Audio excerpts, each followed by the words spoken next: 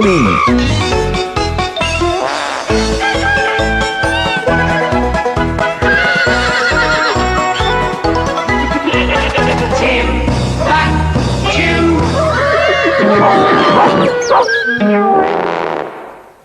Scratch, a sort of snow leopard from Timbuctoo, by Roger Hargreaves.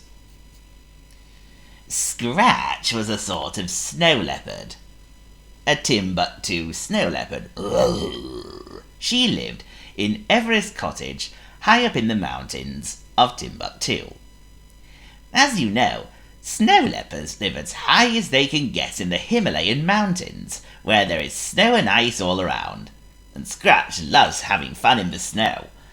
In fact, this story is all about when Scratch and her friends had such a fun time in the snow, and they never forgot about it. Our story begins one ice-cold day in the most northern part of Timbuctoo. Some of the animals of Timbuctoo were going to visit the mountains and spend their nights in the warm and toasty Sugar Slope Chalet. Try saying that 10 times fast. Scratch was looking very forward to seeing everyone, but one person wasn't going. Would you like to know who it was? It was Waddle. Waddle was a sort of penguin. Oh, hey there, Scratch, he greeted. Hi, Waddle, greeted Scratch warmly. Why do you look so troubled? Waddle told Scratch about why he never went to the chalet every December. I'm always feeling cold and shivery, he explained, and I'm too scared to infect everyone, eh? I wish I could just have fun in the snow without feeling sick and say a lot. Scratch looked very concerned.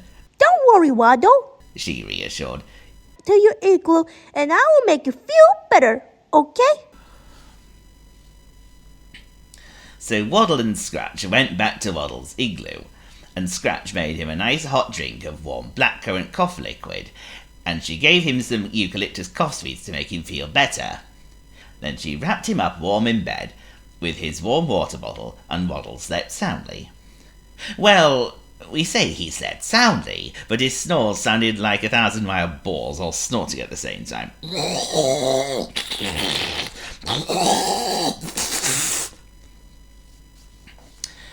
Scratch, on the other hand, slept soundly in her own house. She didn't live too far away from the igloo where Waddle lived. And that cold, snowy night, while she slept peacefully in her bed, she had a dream about having a good time in the snow. And the following morning, that gave her an idea. The following day, when everyone was out in the snow, Scratch and Waddle hid behind the pine tree. They were going to have their own fun in the snow. Scratch scooped up a handful of snow and made it into a ball. Watch this, she whispered to Waddle. And then she threw it so far, Waddle was very impressed. The snowball hit Polar, the postal polar bear. You'd think it would hurt him, but it didn't. He just laughed and said, "Whoa! Oh, I wonder who threw that?" He looked all around, but he could see no one. "Oh, never mind," he said. "I'll just enjoy the rest of my day off." Then Scratch and Waddle made more snowballs and threw them so high into the snowy sky. They landed on top of Rummage, a sort of musk ox. I've had worse thrown at me, he mumbled to himself, brushing off the snow from his thick fur. Huh? Like what? Asked Kringle, who, as you may well know, is a sort of reindeer. Nothing you want to know, replied Rummage. Then Scratch and Waddle threw more snowballs, and some of them hit Honk, a sort of seal, and Stomp, a sort of mammoth. Stomp thought he was being struck by lightning, but Honk reassured him it was a snowball what struck him. Well, if you say so, sniffed Stomp through his tears. Silly old mammoth. But then Waddle made a fatal mistake. He was just about to throw his perfectly made snowball at Blubber, a sort of walrus, but then he newted and accidentally threw his snowball at Bellow, who, as you may well know, or perhaps you don't, is a sort of bad-tempered moose. "Hey, who threw that?" he demanded. Everyone stopped dead in their tracks. "Wasn't us," they replied.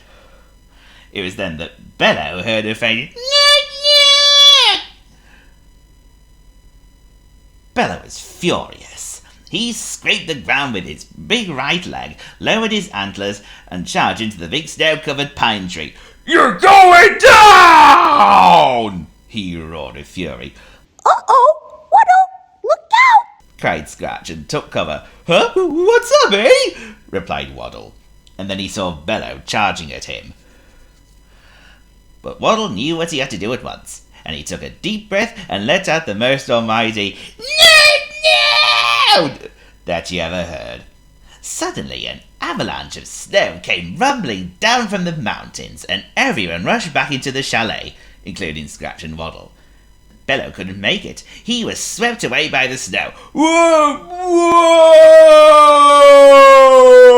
Whoa!" he cried, until the snow settled and he was stuck on a pine tree. Everyone came out to see Bellow. "Hey, get me down from here!" he called. So saying, Scratch shook the pine tree, and out fell Bellow and landed face first into the snow, until he looked like a yeti. Grays, a sort of yak, looked at him and said, "This is not shepherd time. You have to be sly to see a yeti pass by. They live way up high, and they're very, very shy." And everyone laughed. Except for Bellow.